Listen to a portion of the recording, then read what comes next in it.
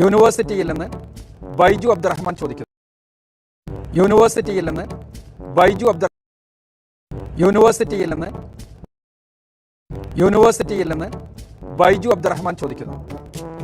എത്ര വട്ടം നമസ്കരിക്കണമെന്നോ, എങ്ങനെ നമസ്കരിക്കണമെന്നോ, ചാലാകർമ്മം ചെയ്യണമെന്നോ, ഹജ്ജും ഉംറയും എങ്ങനെ നിർവഹിക്കണമെന്നോ, സക്കാത്ത് എത്ര ശതമാനമാണ് എന്നോ, ഷഹാദത്ത് കലിമ എങ്ങനെയാണ് ചൊല്ലേണ്ടത് എന്നോ ഒന്നും ഖുർആനിലില്ല. മുഹമ്മദിന് ആരെയൊക്കെ കെട്ടാമെന്നും, മുഹമ്മദിനോട് ഭാര്യമാർ എങ്ങനെ പെരുമാറണമെന്നും, മുഹമ്മദിന്റെ ഭാര്യമാരോട് മറ്റുള്ളവർ എങ്ങനെ പെരുമാറണമെന്നും, ദത്തുപുത്രന്റെ ഭാര്യയെയും മുഹമ്മദ് ലൈംഗിക വീഴ്ചയ്ക്ക് സമർപ്പിച്ച സ്ത്രീകളെയുമെല്ലാം അനുവദിച്ചിരിക്കുന്നു എന്നും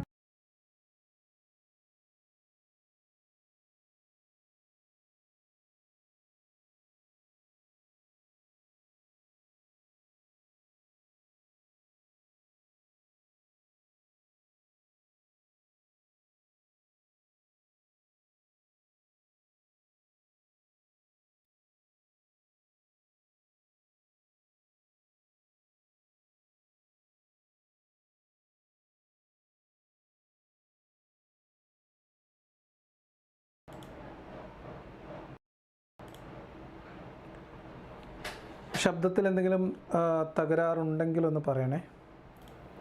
ശബ്ദം കേൾക്കാമോ?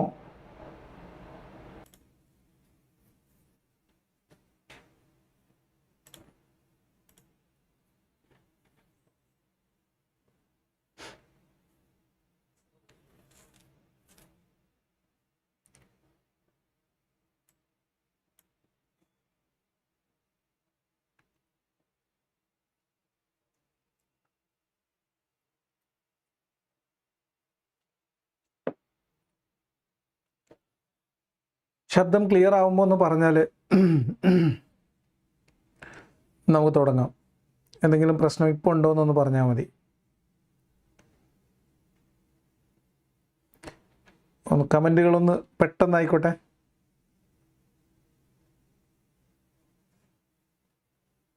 ഓക്കെ, അത് നമുക്കൊന്നുകൂടി കേൾപ്പിക്കാം. അത് ഇപ്പോൾ ക്ലിയറാണ്. ഓക്കെ, അപ്പോൾ എല്ലാവരും കാത്തിരുന്നു. നമ്മൾ പരിപാടി തുടങ്ങുകയാണ്.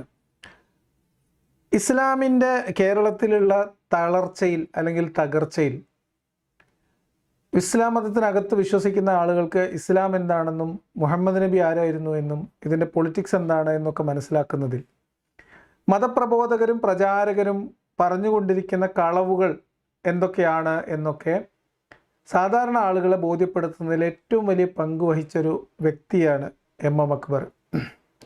എപ്പോഴൊക്കെ ഇസ്ലാമിന് വലിയ പരിക്കൊന്നുമില്ലാതെ ഇങ്ങനെ ആരും കാര്യമായിട്ട് എടുത്തിട്ട് അലക്കാതെ ഇങ്ങനെ സ്വസ്ഥമായിട്ട് ഇസ്ലാം കിടന്നുറങ്ങുന്നോ അവിടെയൊക്കെ വന്ന് ഇസ്ലാമിൻ്റെ പുറകിലിരുന്ന് തിരി കത്തിക്കുന്ന പരിപാടിയാണ് അക്ബർ സാഹിബിന്. കൊല്ലങ്ങൾക്ക് മുൻപ് അദ്ദേഹം പറഞ്ഞ ന്യായീകരണങ്ങൾ മറുപടി ഉണ്ടായും എന്നറിഞ്ഞിട്ടും വസ്തുത ഇതല്ല എന്നറിഞ്ഞിട്ടും ഇസ്ലാമിക പ്രബോധകൻ എന്ന രീതിയിൽ ഇസ്ലാം മഹത്തരമാണ് എന്ന് നാട്ടുകാരോട് വിളിച്ചു പറയാൻ വേണ്ടി വസ്തുതാവിരുദ്ധമായ കാര്യങ്ങൾ അല്ലെങ്കിൽ ന്യായീകരിച്ച് പറയുന്ന കുറേ കാര്യങ്ങൾ വീണ്ടും വീണ്ടും വീണ്ടും പറഞ്ഞ് അവിടെയും ഇവിടെയും ഉറങ്ങിക്കിടക്കുന്ന വിമർശകരെയൊക്കെ വിളിച്ചെഴുന്നേൽപ്പിച്ച് പ്രവാചകൻ്റെ ജീവിതത്തിലേക്ക് ടോർച്ചടിച്ച് നോക്കുന്ന സാഹചര്യം ഒരുക്കുന്ന ഒരു പണി അക്ബർ സാഹിബ് കുറേ കാലമായിട്ട് കേരളത്തിൽ ചെയ്തുകൊണ്ടിരിക്കുകയാണ്. കോവിഡിൻ്റെ കാലത്ത് വീട്ടിലിരുന്നു കൊണ്ട് വീഡിയോ ചെയ്തുകൊണ്ടിരുന്ന അദ്ദേഹം ഓരോരോ സ്ഥലത്തു നിന്ന് ആളുകൾ എഴുതി ചോദിക്കുന്ന ചോദ്യം എന്ന രീതിയിൽ കുറേ ചോദ്യങ്ങൾ മൊബൈലിൽ നോക്കി വായിക്കുകയും എന്നിട്ട് വളരെ സെൻസേഷണലായിട്ട് ഇസ്ലാം മത വിമർശകരൊക്കെ കയറി പൊങ്കാലയിടുമെന്ന് ഉറപ്പുള്ള വിഷയങ്ങൾ മാത്രം തിരഞ്ഞെടുക്കുകയും അത് വായിച്ചുകൊണ്ട് അതിന് മാരകമായ പുട്ടിയടിച്ച് വീഡിയോ അപ്ലോഡ് ചെയ്യുകയും അങ്ങനെ നഷ്ടപ്പെട്ടു പോയ പ്രതാപകാലത്ത് തിരിച്ചു വരാനുള്ള ഒരു ശ്രമം നടത്തുകയായിരുന്നു അക്ബർ സാഹിബിൻ്റെ പ്രധാനപ്പെട്ട പരിപാടി. അക്കൂട്ടത്തിൽ ഒരു വീഡിയോ ഏകദേശം ഒരു 4-5 ദിവസം മുൻപ് അദ്ദേഹം വീണ്ടും അപ്ലോഡ് ചെയ്തിട്ടുണ്ട്. ഖുർആൻ ദൈവികമാണോ? ഖുർആനിൽ മുഹമ്മദ് നബിയുടെ ഇഷ്ടങ്ങളും ഇംഗിതങ്ങൾക്കും കൂടുതൽ പ്രാധാന്യം കൊടുക്കുന്ന തരത്തിൽ മുഹമ്മദ് നബിയുടെ വളരെ വ്യക്തിപരമായ കാര്യങ്ങൾക്കുമൊക്കെ അസ്വസ്ഥതപ്പെടുന്ന, അങ്കലാപ്പ് ആവുന്ന, ദേഷ്യം വരുന്ന, ഉളുപ്പില്ലാതാവുന്ന പടച്ചവനെയൊക്കെ ഖുർആനിൽ കാണാൻ കഴിയുമ്പോൾ സ്വാഭാവികമായിട്ടും ഇത് മുഹമ്മദ് നബി തന്നെയല്ലേ അള്ളാഹു എന്ന് ആളുകൾക്ക് സംശയം തോന്നിയേക്കാം. അല്ലെങ്കിൽ മുഹമ്മദ് നബിക്ക് വേണ്ടി ആയത്തിറക്കി കൊടുക്കുന്ന വര്യക്കാരനാണോ അള്ളാഹു എന്ന ആളുകൾക്ക് സംശയം തോന്നിയേക്കാം. അപ്പോൾ ഇത്തരം കാര്യങ്ങൾക്കുള്ള കാര്യകാരണ സഹിതം ഒരു വിശദീകരണം എന്ന രീതിയിലാണ് അക്ബർ സാഹിബിൻ്റെ ഈ ന്യായീകരണം ഉള്ളത്. പതിവ് പോലെ അദ്ദേഹത്തോട് എഴുതി ചോദിക്കുന്ന ഒരു ചോദ്യത്തിനാണ് അദ്ദേഹം മറുപടി പറയുന്നത്. ആദ്യം നമുക്ക് ആ ചോദ്യം ഒന്ന് കേൾക്കാം. നിങ്ങൾ എത്തിയവരൊക്കെ ഒന്ന് ഹാജർ വെക്കുകയോ ഒന്ന് ഇതിനകത്ത് ഇൻവോൾവ് ചെയ്യുകയോ ചെയ്താൽ മാത്രമാണ് കൂടുതൽ ആളുകളിലേക്ക് വീഡിയോ എത്തുക. കാരണം ഈ സമയം എന്ന് പറയുന്നത് മറ്റു പല തരത്തിലുള്ള ലൈവുകളുടെയും സമയമാണ്. എന്ന് പറഞ്ഞാൽ പണ്ട് ഓർമ്മയുണ്ടോ തമാശയ്ക്ക്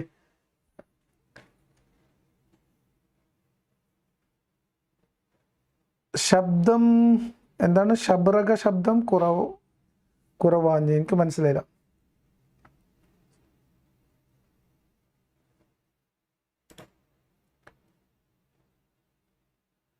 അപ്പോൾ നമുക്ക് തുടങ്ങിയാലോ? ഓക്കെ അല്ലേ? എൻ്റെ ശബ്ദം ക്ലിയർ ആണല്ലോ അല്ലേ?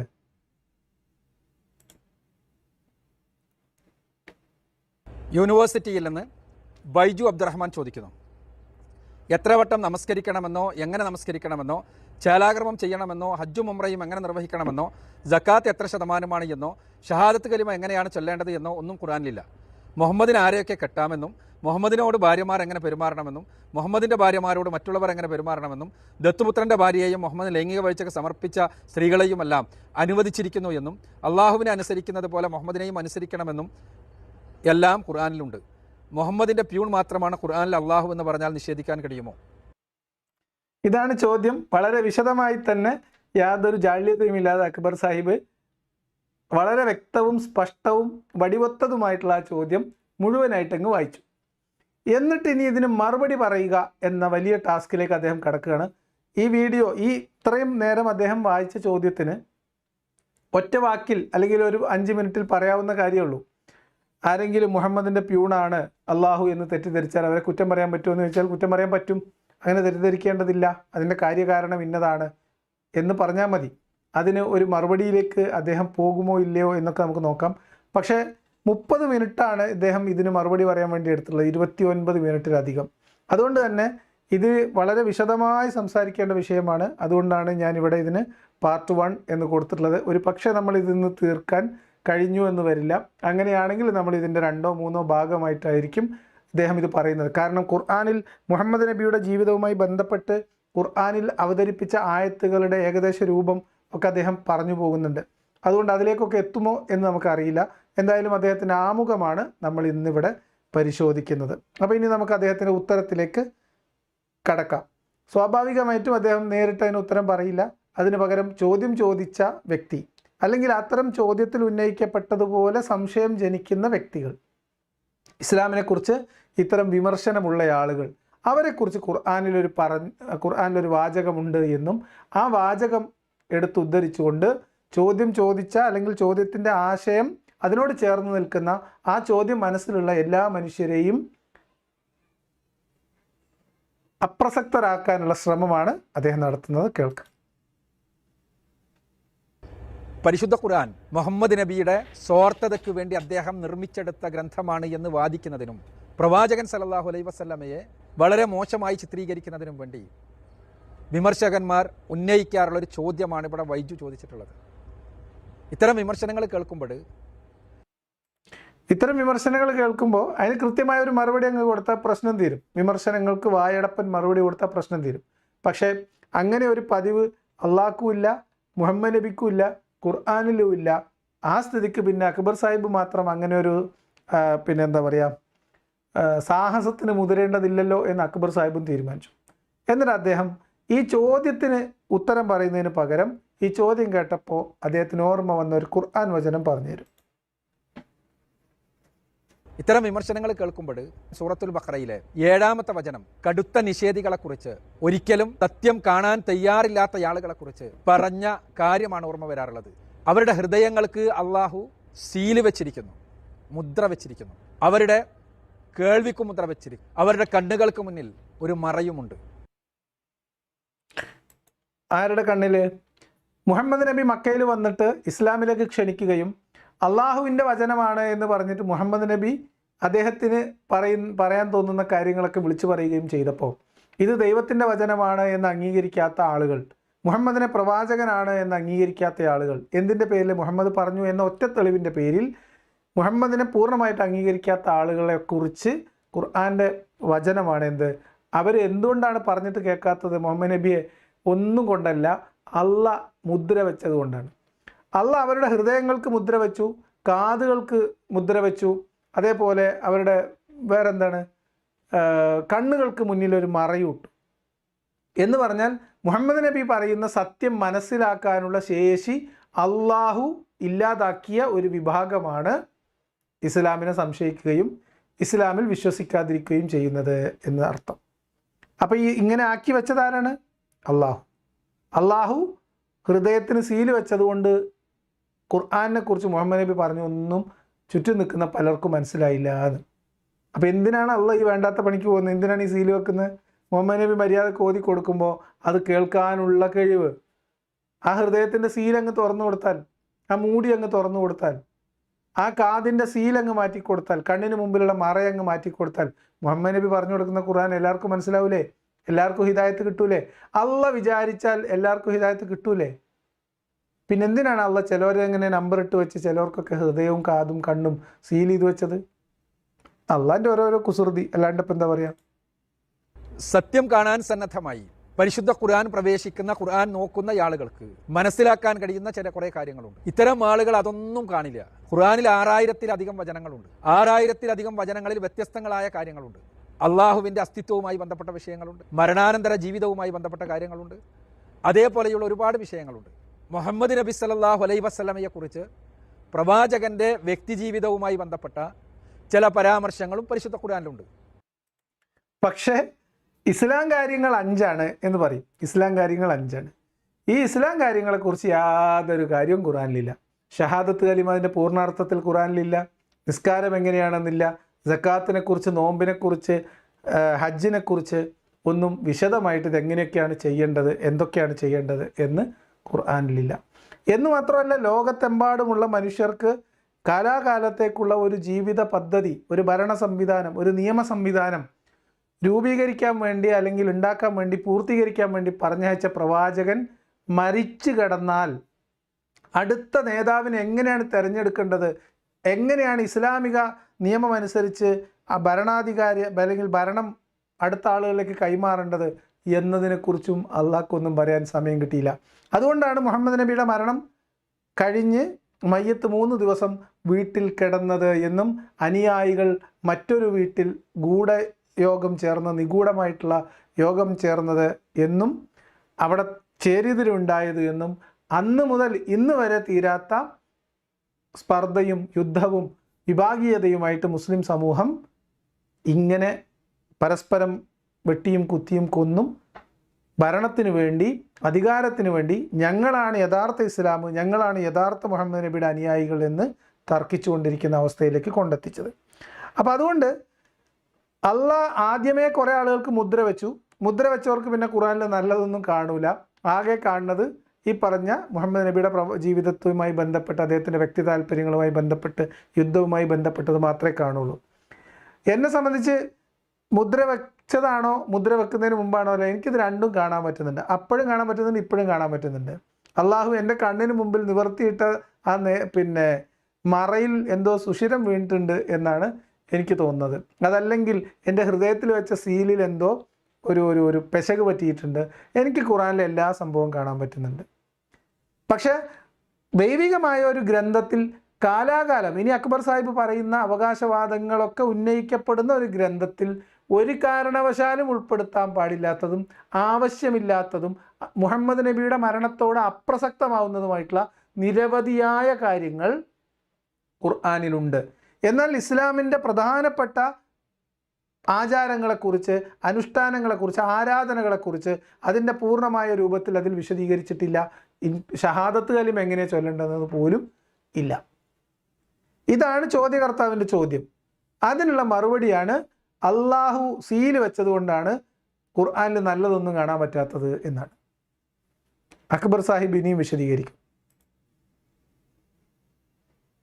ഖുർആനിലെ 33-ാമത്തെ അധ്യായം സൂറത്ത് അഹ്സാബിലെ 28 മുതൽ 52 വരെയുള്ള വചനങ്ങൾ പ്രവാചകന്റെ കുടുംബജീവിതവുമായി ബന്ധപ്പെട്ടതാണ്.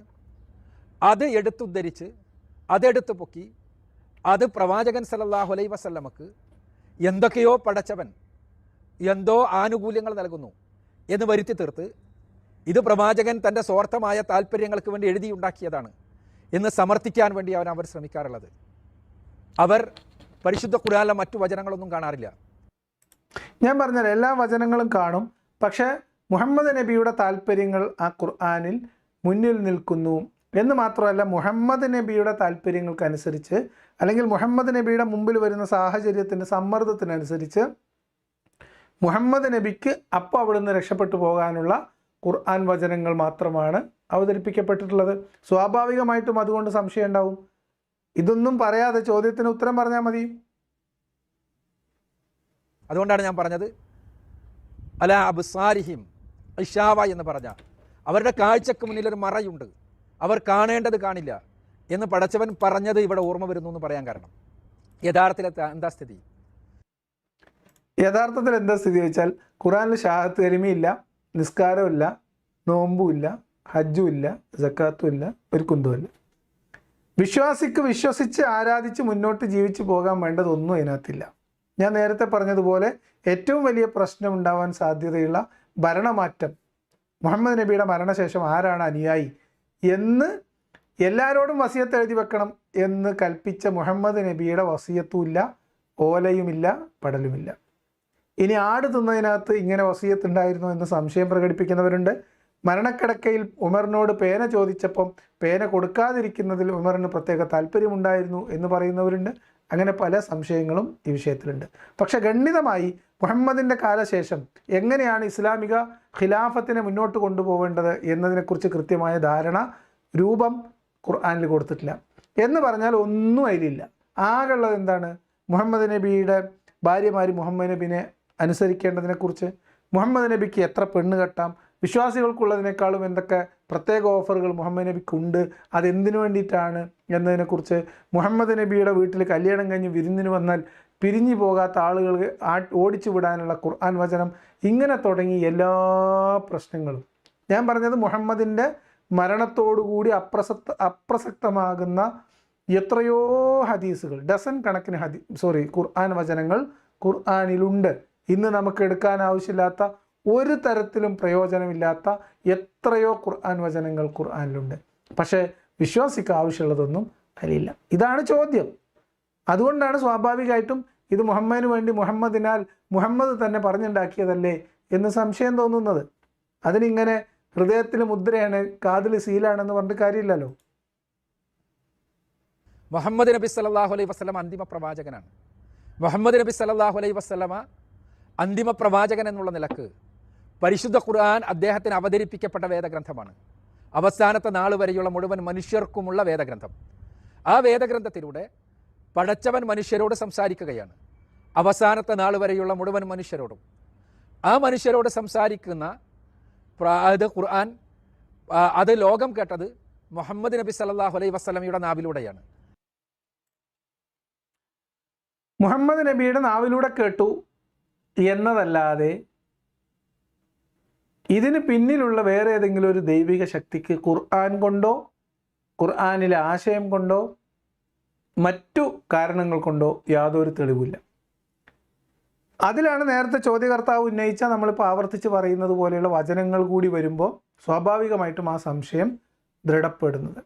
അത് അങ്ങനെ തന്നെയാണ് വസ്തുതയും. ഇനി നമുക്ക് അക്ബർ സാഹിബിൻ്റെ വിശദീകരണങ്ങളിലേക്കൊന്ന് പോകാം. മുഹമ്മദ് നബി സല്ലല്ലാഹു അലൈഹി വസല്ലമയെ കേവലം പരിശുദ്ധ ഖുർആൻ കൊണ്ടുപോയി കൊടുക്കുക എന്ന ദൗത്യത്തിന് വേണ്ടി നിയോഗിച്ചതല്ല, മറിച്ച് അള്ളാഹു അവസാന നാൾ വരെയുള്ള മുഴുവനും മനുഷ്യരെയും കൊണ്ട് എന്താണ് ഉദ്ദേശിക്കുന്നത് എന്ന്, അവർക്ക് മുഴുവനും മാർഗദർശനമായി പടച്ചവൻ എന്താണ് നൽകുന്നത് എന്ന് സ്വന്തം ജീവിതത്തിലൂടെ പഠിപ്പിച്ചു കൊടുക്കുവാൻ വേണ്ടിയാണ് നബിയെ പറഞ്ഞയച്ചത്.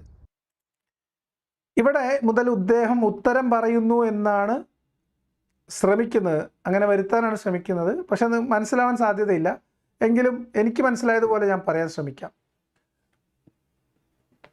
അതായത് ഇസ്ലാമികമായ പല കാര്യങ്ങളും, വളരെ പ്രധാനപ്പെട്ട പല കാര്യങ്ങളും ഖുർആനിലില്ല എന്ന വസ്തുതയെ അംഗീകരിക്കുകയും അതില്ലാതിരിക്കുന്നതിൻ്റെ കാരണം ന്യായീകരണം പറയുകയാണ് ചെയ്യുന്നത്. എന്താണ്? മുഹമ്മദ് നബി ഒരു ഖുർആൻ കിതാബും കൊണ്ടുവന്ന് അത് നമ്മളെ ഏൽപ്പിച്ചിട്ട് പോകാൻ വേണ്ടി വന്ന ആളല്ല. മുഹമ്മദ് നബി സ്വജീവിതം കൊണ്ട് ഖുർആനികമായ എല്ലാ ആശയങ്ങളും സമഗ്രമായി നമുക്ക് മുമ്പിൽ മാതൃകയായി ജീവിച്ച് കാണിച്ച് പ്രാക്ടിക്കലായിട്ട് നമ്മളെ മുമ്പിൽ അവതരിപ്പിക്കാൻ, വിശദീകരിക്കാൻ വേണ്ടി വന്നയാളാണ്. അതുകൊണ്ട് എല്ലാ കാര്യങ്ങളും ഖുർആനിൽ ഉണ്ടായിക്കൊള്ളണം എന്നില്ല. ഖുർആനിൽ അതിൻ്റെ സൂചനകൾ അല്ലെങ്കിൽ അതിൻ്റെ അടിസ്ഥാനമുണ്ടാവുകയും ബാക്കി മുഹമ്മദ് വിശദീകരിച്ച് തരികയും ചെയ്യും എന്നാണ് അദ്ദേഹം പറയാൻ ശ്രമിക്കുന്നത്. പക്ഷേ അതിലൊരു പ്രശ്നമുണ്ട്. എന്താണെന്ന് ഞാൻ പറയാം. പ്രവാചകന്റെ ജീവിതം, പ്രവാചകന്റെ വാക്കുകൾ ഇതെല്ലാം തന്നെ പടച്ചവന്റെ ബോധനത്തിൻ്റെ അടിസ്ഥാനത്തിലാണ്. അപ്പോൾ പരിശുദ്ധ ഖുർആൻ അള്ളാഹുവിൻ്റെ വർത്തമാനമാണ്. പ്രവാചകൻ സല്ലല്ലാഹു അലൈഹി വസല്ലമയുടെ വാക്കുകളും പ്രവർത്തനങ്ങളും അനുവാദവും നിഷേധവുമെല്ലാം പടച്ചവൻ്റെ കൃത്യമായ ബോധനങ്ങളുടെ അടിസ്ഥാനത്തിലുള്ളതാണ്. അതുകൊണ്ട് തന്നെ ഇവ കൂടി മുസ്ലിമിനെ സംബന്ധിച്ചിടത്തോളം പ്രമാണമാണ്. എന്താണ് ശരിയെന്നും എന്താണ് തെറ്റിയെന്നും മനസ്സിലാക്കുവാനുള്ള പ്രമാണമാണ്. ഇതിൻ്റെ ചുരുക്കം ഇത്രയേ ഉള്ളൂ. ഖുർആനിലില്ലെങ്കിൽ നിങ്ങൾ ബേജാറാവണ്ട, അത് ഹദീസിൽ ഉണ്ടാവും എന്നാണ്. ഇല്ലെങ്കിൽ ഞങ്ങൾ ഫിഖ്ഹിൽ സെറ്റാക്കി തരാം എന്ന് പറഞ്ഞാൽ ഖുർആനിൽ ഈ പറയുന്ന പ്രശ്നങ്ങളുണ്ട്. അതിൽ ഖുർആനിൽ ചിലതൊന്നും കണ്ടില്ല എന്ന് വിചാരിച്ചിട്ട് നിങ്ങൾ ബേജാറാവണ്ട, അത് നമ്മൾ വേറെ സെറ്റാക്കുന്നുണ്ട് എന്നാണ് പറയുന്നത്. ഹദീസിലുണ്ട് പ്രവാചകൻ്റെ മാതൃക, പിന്നെ ഉത്തരവ്, അദ്ദേഹത്തിൻ്റെ മൗനം, അദ്ദേഹത്തിൻ്റെ എതിർപ്പ് എല്ലാം. എന്ന് മാത്രമല്ല മുഹമ്മദ് നബി എന്തെങ്കിലും പറഞ്ഞിട്ടുണ്ടെങ്കിൽ അത് അള്ളാഹിൻ്റെ അറിവോടെയും അള്ളാഹുവിൻ്റെ നിർദ്ദേശപ്രകാരമേ പറഞ്ഞിട്ടുള്ളൂ. എന്ന് പറഞ്ഞാൽ മുഹമ്മദ് നബിയുടെ ഹദീസ് പോലെ തന്നെയാണ് ഖുർആനും. പക്ഷെ അത് മുഹമ്മദ് നബി ഖുർആനാണ് എന്ന് പറഞ്ഞത് ഖുർആനും, മുഹമ്മദ് നബി അതല്ലാതെ ഖുർആനാണ് എന്ന് പറയാതെ സാമാന്യമായിട്ട് ജീവിച്ചു പോയതിനിടയ്ക്ക് പറഞ്ഞതൊക്കെ ഹദീസും അല്ലെങ്കിൽ അത് സുന്നത്തും. അതും അള്ളാഹിൻ്റെ അടുത്ത് നിന്നുള്ളതാണെന്നുള്ള കാര്യത്തിൽ സംശയമൊന്നുമില്ല. അള്ളാഹിൻ്റെ അറിവും അള്ളാഹുവിൻ്റെ നിർദ്ദേശവും അല്ലാതെ ഒന്നും നബി സംസാരിച്ചിട്ടില്ല. വഹിയല്ലാത്തതൊന്നും നബിയുടെ വായിൽ നിന്ന് വന്നിട്ടില്ല എന്ന് പറയുന്ന ആൾക്കാരും ഉണ്ട്. അപ്പം പിന്നെ ഖുർആൻ ആര് പറഞ്ഞതാ? മുഹമ്മദ് നബി പറഞ്ഞത്.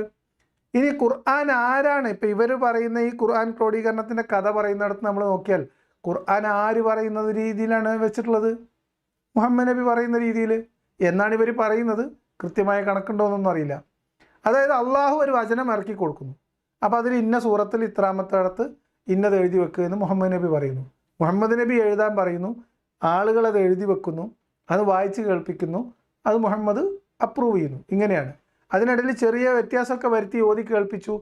എന്നാൽ പിന്നെ അങ്ങനെ ഇരുന്നോട്ടെ എന്ന് മുഹമ്മദ് നബി പറഞ്ഞ സന്ദർഭവും, അതുകൊണ്ട് തന്നെ ഇതിൽ ദൈവികതയൊന്നുമില്ല, ഇത് മുഹമ്മദിൻ്റെ വചനമാണ്, കസർത്താണെന്ന് മനസ്സിലാക്കിയിട്ട് ഇസ്ലാം വിട്ടു പോയ ചരിത്രവും, ആ സഹാബിനെ എവിടെ വെച്ച് കണ്ടാലും കൊല്ലണം എന്ന് ആയത്തിറക്കിയ അള്ളാഹിൻ്റെ നിർദ്ദേശവും, അള്ളാഹുവിൻ്റെ ഖുർആനിൽ നിർദ്ദേശമായിട്ട് വന്നിട്ട് നടപ്പിലാക്കാൻ പറ്റാതെ മരണപ്പെട്ടു പോയ മുഹമ്മദും, ഈ ഖുർആൻ കൊല്ലണം എന്ന് പറഞ്ഞ ആൾ പിന്നീട് ഇസ്ലാമിക ഖിലാഫത്തിൻ്റെ ഭാഗമായി ഭരണസാരഥ്യത്തിൽ വരെ അല്ലെങ്കിൽ ഭരണത്തിൻ്റെ ഭാഗമായി ഔദ്യോഗിക പദവി നിർവഹിക്കുകയൊക്കെ ചെയ്ത ചരിത്രം ഖുർആനിന് സ്വന്തമാണ്. ഇതൊക്കെ കൂടെ എല്ലാം കൂടെ ചേർത്ത് വെച്ച് വായിക്കുമ്പോൾ നമുക്ക് മനസ്സിലായത് മുഹമ്മദിൻ്റെ വികാര വിചാരങ്ങളും മുഹമ്മദിൻ്റെ ആശയാഭിലാഷങ്ങളും മുഹമ്മദിൻ്റെ ഇച്ഛാഭംഗങ്ങളും മുഹമ്മദിൻ്റെ പകയും പ്രതികാരവും ഒക്കെ അദ്ദേഹത്തിൻ്റെ അണികളെ ദൈവികമായ മാർഗം എന്ന രീതിയിൽ തെറ്റിദ്ധരിപ്പിച്ച് ഒന്നിച്ചു നിർത്താനും അദ്ദേഹത്തിൻ്റെ ലക്ഷ്യത്തിന് വേണ്ടി ഇവരെ ഉപയോഗിക്കാനും വേണ്ടി പറഞ്ഞ കെട്ടുകഥ മാത്രം. അത് വളരെ ലളിതമാണ്.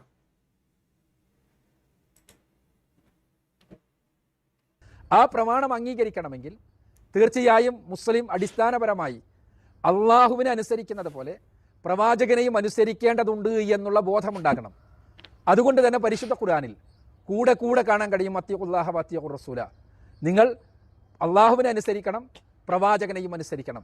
പ്രവാചകനെ ആരാധിക്കണമെന്ന് എവിടെയും പറഞ്ഞില്ല, പ്രവാചകൻ അനുസരിക്കണമെന്ന് പറഞ്ഞു. പ്രവാചകൻ അനുസരിക്കാൻ പറയുന്നത് വെറുതെ പ്രവാചകൻ്റെ അന്നത്തെ ജീവിതത്തെ നോക്കിക്കണ്ട ആളുകൾക്ക് വേണ്ടി മാത്രമല്ല, അവസാന നാൾ വരെയുള്ള മുഴുവൻ മനുഷ്യർക്കും. അപ്പം മുഹമ്മദ് നബീനെ അനുസരിക്കണമെന്ന് ആര് പറഞ്ഞു? അള്ളാഹ് പറഞ്ഞു. അള്ളാഹുവിനെ മാത്രം അനുസരിക്കണം എന്നല്ല, മുഹമ്മദ് നബീനെ, അള്ളാഹിനെ അനുസരിക്കണം, മുഹമ്മദ് നബീനെ അനുസരിക്കണം. എന്തിനാണ് അപ്പോൾ മുഹമ്മദ് നബീനെ പ്രത്യേകമായിട്ട് അനുസരിക്കുന്നത്? അള്ളാഹുവിനാണ് അനുസരിച്ചാൽ പോരെ? ഇവിടങ്ങളിലൊക്കെ മുഹമ്മദാണ് ഖുർആനിൻ്റെ ഉപജ്ഞാതാവ് എന്ന് കൃത്യമായിട്ട് മനസ്സിലാവും. ഇഷ്ടം പോലെ തെളിവ് ഖുർആനിലുണ്ട്. അതൊക്കെ ആവശ്യം വരുമ്പോൾ നമുക്ക് പറയാം. ഇനി ഇദ്ദേഹം പറയുന്നത് കുറച്ചുകൂടി ഉന്നതമായിട്ടൊരു ഭാഗത്തേക്ക് പോവാണ്. ചോദ്യകർത്താവ് ഇവിടെ സൂചിപ്പിച്ച ഖുർആനിൽ പറയാതെ പോയ കാര്യങ്ങൾ. ഖുർആനിൽ നമസ്കരിക്കാൻ പറഞ്ഞു, പക്ഷേ നമസ്കാരം എങ്ങനെയെന്ന് പ്രവാചകൻ സല്ലല്ലാഹു അലൈഹി വസല്ലം കാണിച്ചു കൊടുത്തു. ഖുർആനിൽ ഇബ്രാഹിം നബി അലൈഹി സ്വലാത്തു വസ്സലാമിൻ്റെ മില്ലത്ത് പിന്തുടരണമെന്ന് പറഞ്ഞു. എന്തൊക്കെ മില്ലത്താണ് പിന്തുടരേണ്ടത് എന്ന് പ്രവാചകൻ പഠിപ്പിച്ചപ്പോൾ അവിടെ ചേലാകർമ്മത്തെക്കുറിച്ച് റസൂലുള്ളാഹി സ്വല്ലല്ലാഹു അലൈഹി വസല്ലം പറഞ്ഞു കൊടുത്തു. സക്കാത്ത് കൊടുക്കേണ്ടതുണ്ട് എന്ന് പരിശുദ്ധ ഖുർആൻ പറഞ്ഞു. സക്കാത്ത് എന്തിനൊക്കെ, എപ്പോഴൊക്കെ, എത്രയൊക്കെ കൊടുക്കണമെന്ന് റസൂലുള്ളാഹി സ്വല്ലല്ലാഹു അലൈഹി വസല്ലം സ്വന്തം ജീവിതം കൊണ്ട് പഠിപ്പിച്ചു. അതേപോലെ തന്നെ ഹജ്ജും ഉംറയും ചെയ്യണമെന്ന് ഖുർആൻ പറഞ്ഞു. ഹജ്ജും ഉംറയും എങ്ങനെ ചെയ്യണമെന്ന് റസൂലുള്ളാഹി സ്വല്ലല്ലാഹു അലൈഹി വസല്ലം തൻ്റെ ജീവിതം കൊണ്ട് പഠിപ്പിച്ചു. കേട്ടല്ലോ, മുഹമ്മദ് നബി ഖുർആൻ വെറുതെ തരാൻ വന്നതല്ല. ഞാൻ ചുരുക്കി പറയാം, മുഹമ്മദ് നബി വെറുതെ ഖുർആൻ കൊണ്ടുതരാൻ വന്നതല്ല. ഇത് മുഹമ്മദ് നബി ജീവിച്ച് കാണിച്ചു തരാൻ വന്നതാണ്. അദ്ദേഹത്തിൻ്റെ ജീവിതത്തിലൂടെ, പ്രവൃത്തിയിലൂടെ നമ്മുടെ മുമ്പിൽ മാതൃകയായിട്ട് കാണിക്കാൻ വേണ്ടി വന്നതാണ്. അത് കേവലമായിട്ട് മുഹമ്മദ് നബി ജീവിച്ച കാലഘട്ടത്തിലുള്ള സഹാബികൾക്ക് വേണ്ടി മാത്രമല്ല, ലോകാവസാനം വരെയുള്ള മുഴുവൻ മനുഷ്യർക്കും മുഹമ്മദ് നബിയുടെ ചാണിന് മുഴത്തിന് മുഴമായി മുഹമ്മദ് നബിയെ പിൻപറ്റണം എന്ന് പഠിപ്പിച്ചിട്ടുണ്ട്. അപ്പോൾ ഇങ്ങനെയൊക്കെയാണ് എന്നിരിക്കെ ഇദ്ദേഹം ഇപ്പം പറഞ്ഞ വാദങ്ങളിൽ ഒരു ചെറിയ ഒരു കാര്യം, ഒരു കുസൃതി അക്ബർ സാഹിബ് ഒളിപ്പിച്ചു വെച്ചത് കണ്ടുപിടിച്ചവർക്ക് ഒന്ന് കമൻ്റ് ഇടാമോ? ഇദ്ദേഹം പറഞ്ഞ കാര്യം ഞാൻ വേണമെങ്കിൽ ഒന്നുകൂടി കേൾപ്പിക്കാം. അത് കഴിഞ്ഞിട്ട് ഞാൻ പിന്നെ വേണമെങ്കിൽ പിന്നെയും കേൾപ്പിക്കാം. നിങ്ങൾ ഈ ഭാഗം ഒന്ന് കേട്ടിട്ട് ഇതിന് അദ്ദേഹം ഒരു കുസൃതി ഒളിപ്പിച്ചിട്ടുണ്ട്. അദ്ദേഹത്തിൻ്റെ ഒരു കുയുക്തി അല്ല, ഒരു സൂത്രം. അക്ബർ സാഹിബ് ഇനി പറയുന്ന സെൻറ്റൻസിൽ ഒളിപ്പിച്ചിട്ടുള്ള കുസൃതി മനസ്സിലായവർ, കള്ളത്തരം മനസ്സിലായവർ കമൻറ്റ് ചെയ്യുക. ഒന്നുകൂടി കേട്ടോളി. ചോദ്യകർത്താവ് ഇവിടെ സൂചിപ്പിച്ച ഖുർആനിൽ പറയാതെ പോയ കാര്യങ്ങൾ. ഖുർആനിൽ നമസ്കരിക്കാൻ പറഞ്ഞു, പക്ഷേ നമസ്കാരം എങ്ങനെയെന്ന് പ്രവാചകൻ സല്ലല്ലാഹു അലൈഹി വസല്ലം കാണിച്ചു കൊടുത്തു. ഖുർആനിൽ ഇബ്രാഹിം നബി അലൈഹി സ്വലാത്തു വസ്സലാമിൻ്റെ മില്ലത്ത് പിന്തുടരണമെന്ന് പറഞ്ഞു. എന്തൊക്കെ മില്ലത്താണ് പിന്തുടരേണ്ടത് എന്ന് പ്രവാചകൻ പഠിപ്പിച്ചപ്പോൾ അവിടെ ചേലാകർമ്മത്തെക്കുറിച്ച് റസൂലുള്ളാഹി സ്വല്ലല്ലാഹു അലൈഹി വസല്ലം പറഞ്ഞു കൊടുത്തു. സക്കാത്ത് കൊടുക്കേണ്ടതുണ്ട് എന്ന് പരിശുദ്ധ ഖുർആൻ പറഞ്ഞു. സക്കാത്ത് എന്തിനൊക്കെ, എപ്പോഴൊക്കെ, എത്രയൊക്കെ കൊടുക്കണമെന്ന് റസൂലുള്ളാഹി സ്വല്ലല്ലാഹു അലൈഹി വസല്ലം സ്വന്തം ജീവിതം കൊണ്ട് പഠിപ്പിച്ചു. അതേപോലെ തന്നെ ഹജ്ജും ഉംറയും ചെയ്യണമെന്ന് ഖുർആൻ പറഞ്ഞു. ഹജ്ജും ഉംറയും എങ്ങനെ ചെയ്യണമെന്ന് റസൂലുള്ളാഹി സ്വല്ലല്ലാഹു അലൈഹി വസല്ലം തൻ്റെ ജീവിതം കൊണ്ട് പഠിപ്പിച്ചു. ഇതിൽ നിന്ന് ഇപ്പം ഇദ്ദേഹം കാണിച്ച ഒരു കുസൃതി മനസ്സിലായവരുണ്ടെങ്കിൽ ഒന്ന് പെട്ടെന്ന് കമൻറ്റ് ചെയ്യും. ഞാൻ അത് പറയാൻ പോവാണ്. അതായത് മുഹമ്മദ് നബിയാണ് സകല കാര്യത്തിലും മാതൃക. മുഹമ്മദ് നബി കേവലം ഖുർആൻ കാണിച്ചു തരാൻ വന്നതല്ല, പ്രവൃത്തിയിലൂടെ പ്രാക്ടിക്കലായിട്ട് എല്ലാ കാര്യങ്ങളും കാണിക്കാൻ വേണ്ടി വന്നതാണ്. പക്ഷേ നിസ്കരിക്കണമെന്ന് ഖുർആൻ പറഞ്ഞു, മുഹമ്മദ് നബി നിസ്കാരം എങ്ങനെയാണ് ചെയ്ത് കാണിച്ചു. സക്കാത്തിൻ്റെ കാര്യം പറഞ്ഞു, സക്കാത്ത് കൊടുക്കണം എന്ന് മാത്രം ഖുർആൻ പറഞ്ഞു. എങ്ങനെ കൊടുക്കണം, എത്ര കൊടുക്കണം, ആർക്ക് കൊടുക്കണം, എപ്പോൾ കൊടുക്കണം എന്നതൊക്കെ മുഹമ്മദ് നബി സ്വന്തം ജീവിതം കൊണ്ട് കാണിച്ചു. ഹജ്ജും ഉംറയും എങ്ങനെ വേണം, മുഹമ്മദ് നബി സ്വന്തം ജീവിതം കൊണ്ട് കാണിച്ചു. നോമ്പ് എങ്ങനെ വേണം, മുഹമ്മദ് നബി സ്വന്തം ജീവിതം കൊണ്ട് കാണിച്ചു. പൊന്നാര സുഹൃത്തുക്കളെ, ഇബ്രാഹിം നബിയുടെ മില്ലത്ത് പിൻപറ്റണം എന്ന് മുഹമ്മദ് നബി പറഞ്ഞു, പക്ഷേ അത് മുഹമ്മദ് നബിയുടെ ജീവിതം കൊണ്ട് കാണിച്ചു എന്ന് പറയേണ്ടി വരും എന്ന് മനസ്സിലായ അക്ബർ സാഹിബ് അവിടെ കൃത്യമായിട്ട് അതിനെ വളച്ചൊടിച്ച് മുഹമ്മദ് നബിയെ പഠിപ്പിച്ചപ്പം ചേലാകർമ്മം ചെയ്യണം എന്ന് പറഞ്ഞു. എന്തിനാണ് ഇത്ര കഷ്ടപ്പെടുന്നത്? 80-ാമത്തെ വയസ്സിൽ മഴുവോ കോടാലിയോ ഒക്കെ എടുത്ത് വന്നിട്ട് ഇബ്രാഹിം നബി കാണിച്ച സുന്നത്ത്, അതിൻ്റെ മില്ലത്ത്, ഏതെങ്കിലും ഒരു ഈന്തപ്പന മുട്ടിയിൽ കയറി ഇരുന്നിട്ട് എന്തെങ്കിലും ഒരു കത്തിയോ കൊടുവാളോ വാളോ, ഇഷ്ടം പോലെ വാളുണ്ടായിരുന്നല്ലോ കയ്യിൽ, മാതൃക കാണിക്കാമായിരുന്നു. ഇനി പോട്ടെ, അത് മാതൃക കാണിക്കണ്ട, ഇങ്ങനെ ഒരു മറയുടെ ഉള്ളിലെങ്കിലും അത് ചെയ്യാമായിരുന്നു, ചെയ്ത് കാണിക്കണമായിരുന്നു. സുന്നത്ത് മാത്രം മുഹമ്മദ് നബി ചെയ്ത് കാണിച്ചില്ല, അത് നിങ്ങളോട് ചെയ്തോളാൻ പറഞ്ഞ്. ബാക്കിയൊക്കെ മുഹമ്മദ് നബി ചെയ്ത് കാണിച്ചു. നിങ്ങളൊന്നുകൂടി കേട്ടോളി. അക്ബർ സാഹിബ് ആ കുസൃതി കാണിക്കുന്നത് ഒന്നുകൂടി കേട്ടോളി. എന്താണ് സാഹിബ് ഇതൊക്കെ? ഖുർആനിൽ നമസ്കരിക്കാൻ പറഞ്ഞു, പക്ഷേ നമസ്കാരം എങ്ങനെയെന്ന് പ്രവാചകൻ സല്ലല്ലാഹു അലൈഹി വസല്ലം കാണിച്ചു കൊടുത്തു. ഖുർആനിൽ ഇബ്രാഹിം നബി അലൈഹി സ്വലാത്തു വസ്സലാമിൻ്റെ മില്ലത്ത് പിന്തുടരണമെന്ന് പറഞ്ഞു. എന്തൊക്കെ മില്ലത്താണ് പിന്തുടരേണ്ടത് എന്ന് പ്രവാചകൻ പഠിപ്പിച്ചപ്പോൾ അവിടെ ചേലാകർമ്മത്തെക്കുറിച്ച് റസൂലുള്ളാഹി സ്വല്ലല്ലാഹു അലൈഹി വസല്ലം പറഞ്ഞു കൊടുത്തു. സക്കാത്ത് കൊടുക്കേണ്ടതുണ്ട് എന്ന് പരിശുദ്ധ ഖുർആൻ പറഞ്ഞു. സക്കാത്ത് എന്തിനൊക്കെ, എപ്പോഴൊക്കെ, എത്രയൊക്കെ കൊടുക്കണമെന്ന് റസൂലുള്ളാഹി സ്വല്ലല്ലാഹു അലൈഹി വസല്ലം സ്വന്തം ജീവിതം കൊണ്ട് പഠിപ്പിച്ചു. അതേപോലെ തന്നെ ഹജ്ജും ഉംറയും ചെയ്യണമെന്ന് ഖുർആൻ പറഞ്ഞു. ഹജ്ജും ഉംറയും എങ്ങനെ ചെയ്യണമെന്ന് റസൂലുള്ളാഹി സ്വല്ലല്ലാഹു അലൈഹി വസല്ലം തൻ്റെ ജീവിതം കൊണ്ട് പഠിപ്പിച്ചു. എല്ലാം ജീവിതം കൊണ്ട് പഠിപ്പിച്ചു. പക്ഷെ സുന്നത്തും അവിടെ എത്തിയപ്പം, ചില കർമ്മത്തിൻ്റെ അവിടെ എത്തിയപ്പം അത് മില്ലത്ത് എങ്ങനെയെന്ന് പറഞ്ഞു കൊടുത്തു. എത്ര. അപ്പം ഇതാണ് കാര്യം.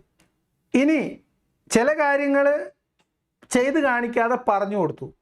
ഇനി മുഹമ്മദ് നബി ജീവിതത്തിൽ ചെയ്ത് കാണിച്ച കാര്യങ്ങൾ മുഴുവനും വിശ്വാസികൾക്ക് മാതൃകയാക്കാൻ പറ്റുമോ? മുഹമ്മദ് നബിയെ ചാണായും മുഴത്തിന് മുഴമായും മീറ്ററിന് മീറ്ററായും ഇന്നത്തെ കാലത്ത് നല്ല എന്നത്തെങ്കിലും കാലത്ത് മനുഷ്യർക്ക് പിൻപറ്റാൻ പറ്റുമോ?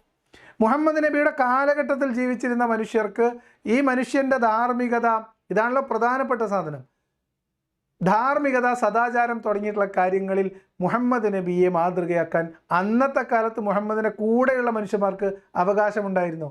ഇല്ല. അതിന് തെളിവാണ് സൂറത്ത് അഹ്സാബിലെ 33-ാമത്തെ അധ്യായത്തിലെ 50-ാമത്തെ വചനം. വിശ്വാസികൾക്കുള്ള നിയമം പറഞ്ഞിട്ട് മുഹമ്മദ് നബിക്ക് പ്രത്യേകമായിട്ട് ചില ഇളവുകൾ വെച്ചു കൊടുക്കുകയും ആ ഇളവുകൾ മുഹമ്മദ് നബിക്ക് പ്രത്യേകിച്ച് യാതൊരു ബുദ്ധിമുട്ടും ഇക്കാര്യങ്ങളിൽ ഇவ்വിഷയകമായി ഒരു ബുദ്ധിമുട്ട് കണക്കുണ്ടാവരുതേ എന്ന ഉദ്ദേശത്തോടു കൂടിയാണ് എന്ന് അതിന് മേൻപൊടിയായി ഖുർആൻ പറഞ്ഞു വെക്കുകയും ചെയ്തു. അപ്പോൾ അത്തരം കാര്യങ്ങൾ, ലൈംഗിക ജീവിതം, വൈവാഹിക ജീവിതം, വിവാഹ രീതികൾ, മാർഗങ്ങൾ തുടങ്ങിയിട്ടുള്ള കാര്യങ്ങൾ മുഹമ്മദിനെ അതുപോലെ അനുകരിക്കാൻ വിശ്വാസികൾക്ക് പറ്റുമോ? പറ്റൂല. ഒരുപാട് കാര്യങ്ങൾ, വലിയില്ലാത്ത വിവാഹം മുഹമ്മദ് നബിക്ക് മാത്രമുള്ളതാണ്.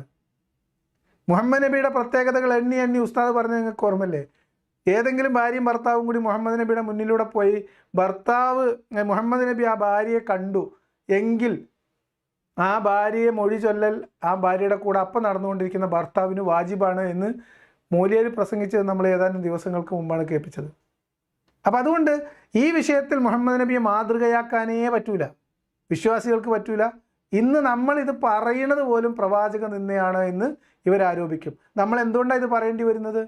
ഇതുപോലെ വന്ന് ഊടായ്പ ന്യായീകരണം നടത്തുമ്പോൾ ചോദ്യം ചോദിക്കുമ്പോൾ ഉത്തരം ഉണ്ടെങ്കിൽ ഉത്തരം ഉണ്ടെന്ന് പറയുക, അതില്ല ഇതിലേ ഉള്ളൂ, അത്രേ ഉള്ളൂ, കുഴപ്പമില്ല എന്ന് പറഞ്ഞാൽ പോരെ. അതിനിങ്ങനെ കിടന്ന് എടുത്തോണ്ട് വരുമ്പോഴല്ലേ നമ്മളിതൊക്കെ എടുത്ത് അലക്കുന്നത്.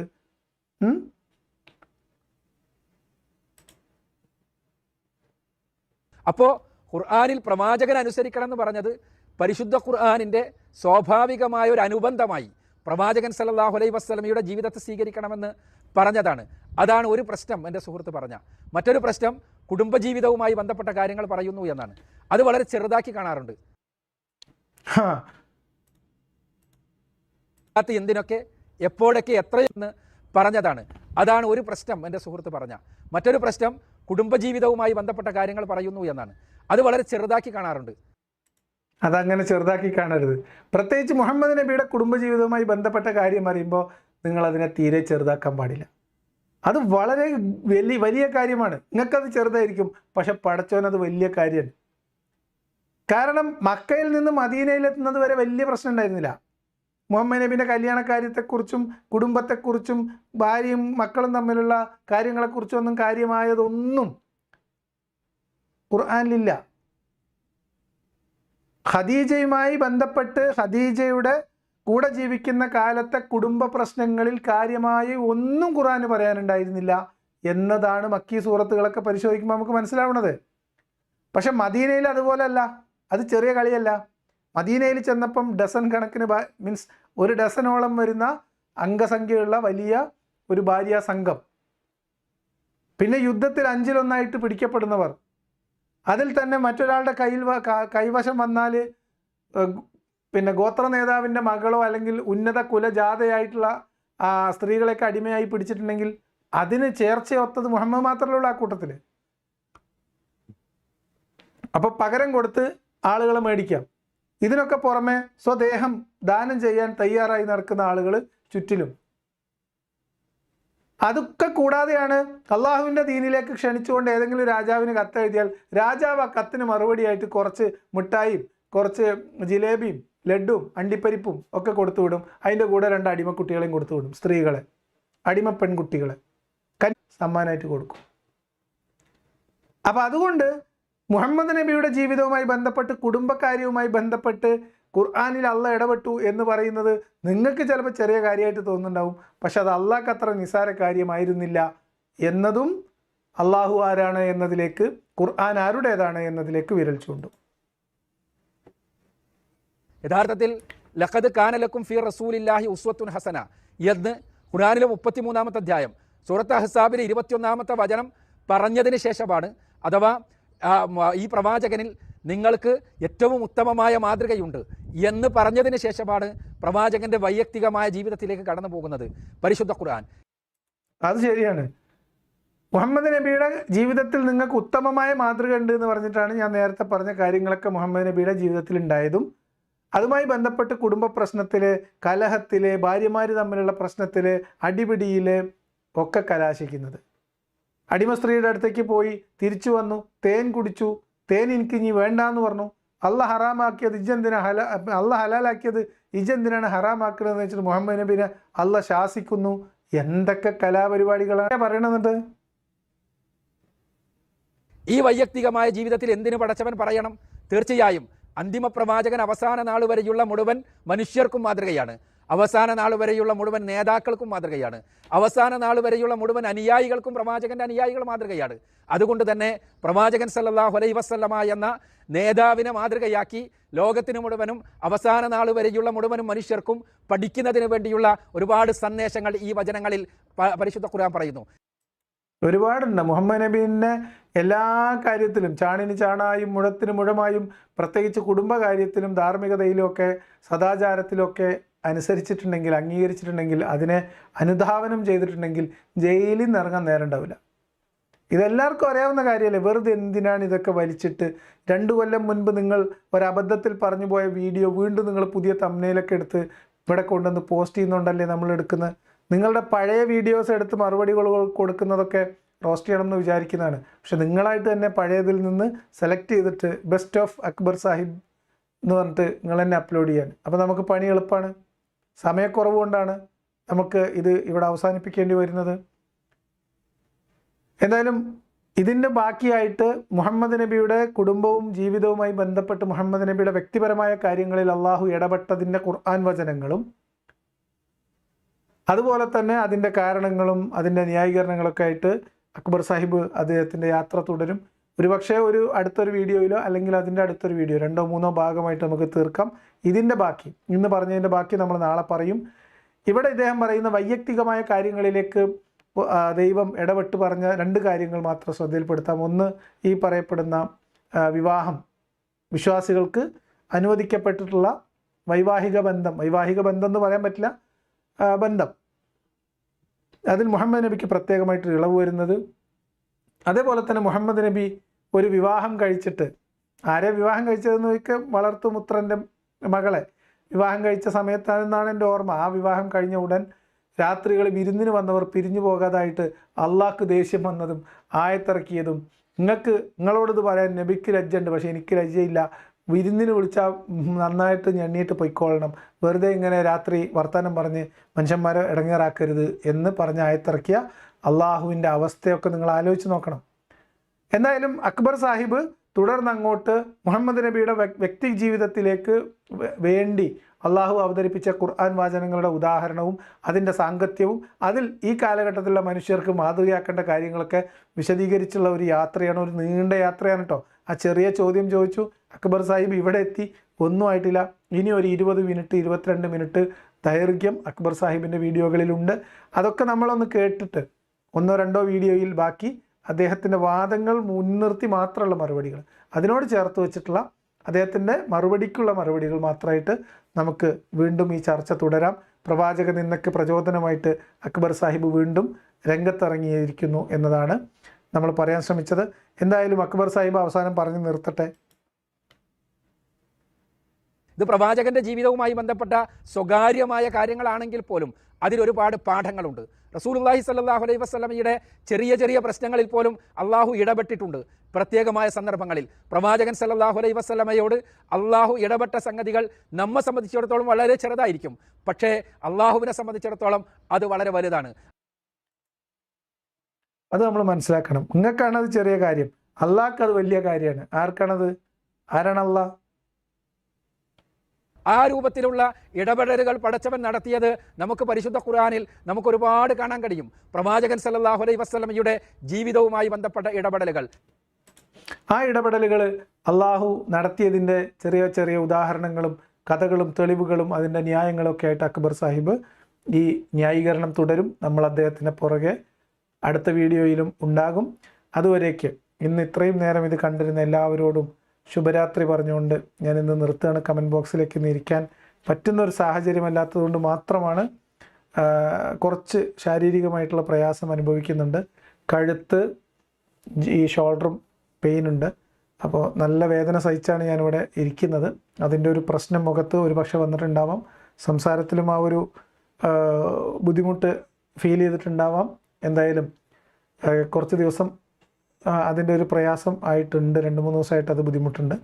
അപ്പോൾ അത് എത്രയും പെട്ടെന്ന് ശരിയാവും എന്ന് വിചാരിക്കുന്നു. ഡോക്ടറെ കണ്ട് മരുന്ന് കഴിക്കുന്നുണ്ട്. നിരന്തരമായിട്ട് കണ്ടിന്യൂസ് ആയിട്ടുള്ള ഈ സിസ്റ്റത്തിലേക്ക് നോക്കിയുള്ള ഇരിപ്പും വർക്കും കാരണമായിട്ട് വന്ന ഒരു പ്രശ്നമാണ്. അപ്പോൾ അതുകൊണ്ട് ഇനിയും കുറേ നേരം കമൻറ്റ് നോക്കിയിരുന്ന് വായിച്ച് അങ്ങനെ ഇരിക്കാൻ പ്രയാസമുണ്ട് എന്നുള്ളത് മാത്രം കമൻറ്റ് ബോക്സിലേക്ക് വരുന്നില്ല. നാളെ ഇതിൻ്റെ ബാക്കി ഭാഗം സംസാരിക്കാം എന്ന് വിചാരിക്കുന്നു.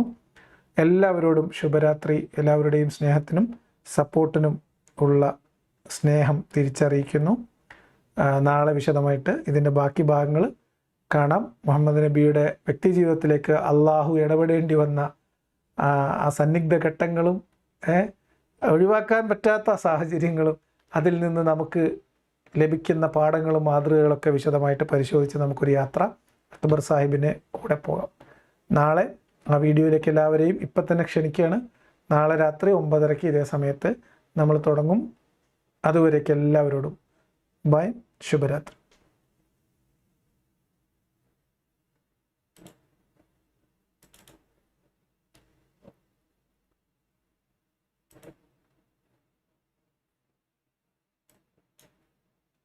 Thank you.